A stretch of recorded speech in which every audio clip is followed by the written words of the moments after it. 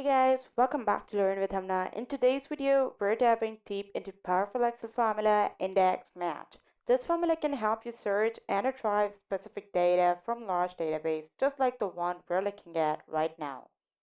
Here we have 50 entries in this worksheet with details about employee ID, name, department, salary, bonus, performance rating, year of joining, and managers. Today, I will show you how to use index and match individually and together to find specific information based on any criteria you want. Let's start with the index function. What is index formula? You can use this formula to return the value of a cell within a specific range based on its row and column number.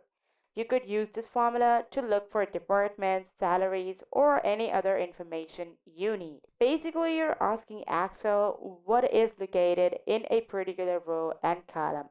Like I want to know what is located in cell A13.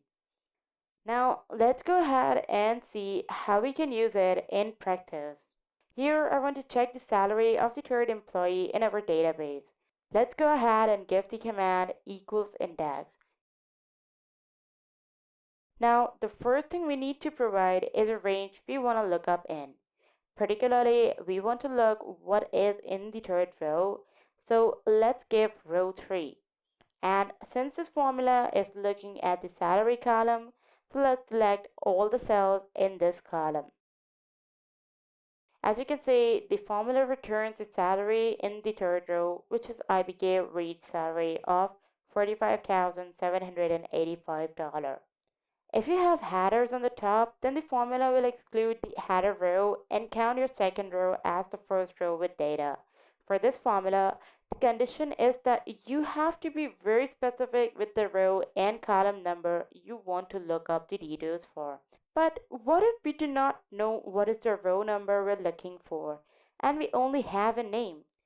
This is where the match formula comes in. Match formula helps you find the position of a value in a range. For instance, I want to check the information for an employee named Michael Lee. Here I will give the command equals match. Now the formula is asking for the lookup value. What is it that I am actually looking for? In this scenario, I'm looking for Michael Lee. And then where do I want Excel to look for Michael Lee? For this one, we will select the employee name. And finally, what is the match limit? Since I want an exact match, nothing less or greater than that, then I will go with 0. You can see greater and lesser options available here. If you're working with numbers, then you can go ahead and choose the one that suits you better. For example, you might be looking for 500. Then the formula will return with a row that has a number of 499 or another less value closer to 500.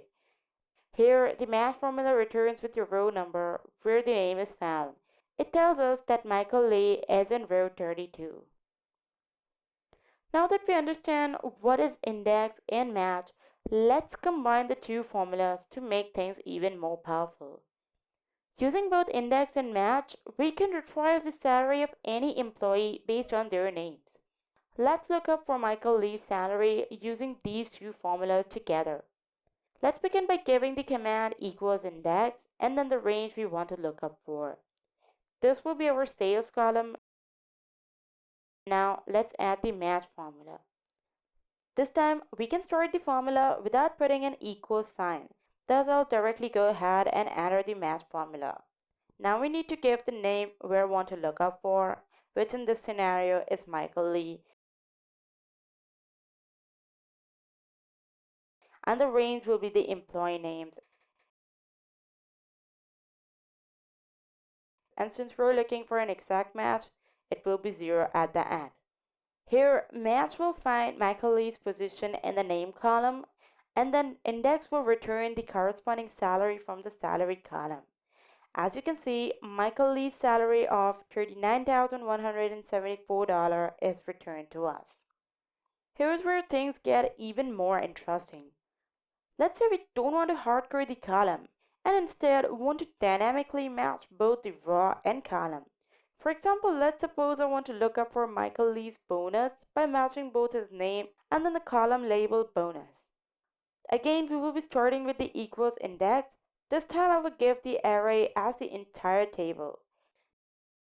Now I will add the match formula. Again, we're looking for Michael Lee's information, and the array will be employee names, which will remain same. And again, I want an exact match. Till here, things are quite similar to what we did earlier. Now, the difference comes that I will not be closing my formula here. Instead, let's close this match formula only, and I will add another match formula. For the lookup, we will add bonus. The array will be from A1 to H1 since we're looking for the label itself. And here as well, we want an exact match. This formula matches the row for Michael Lee and the column for bonus to return the exact bonus amount. In this case, we can see Michael Lee's bonus of $4,863. But what if we search for an employee who doesn't exist? Right now, if I search for John Doe using our formula, it will return an error. Let's try the formula we used earlier for Michael Lee. This time, instead of Michael Lee, I will just add the name John Doe. As you can see, the formula returns with an error that the search value is not available. To handle these kind of errors, you can wrap your formula in if error. For example, let's start this formula with equals if error, and then we give the entire formula with the name of John Doe.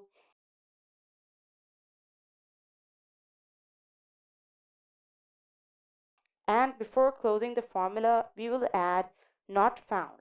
This way, if the formula doesn't find the exact match, it will display a not found instead of showing an error.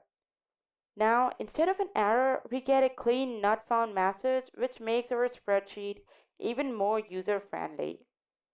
And that's it for today. We've covered how to use index and match functions, combining them for more complex lookups, and handling errors. Remember to practice these formulas on your own workbook. And if you found this tutorial helpful, make sure to like, share, and subscribe to Learn with Hamna for more tips and tutorials. Thank you for watching, and I will see you in the next one.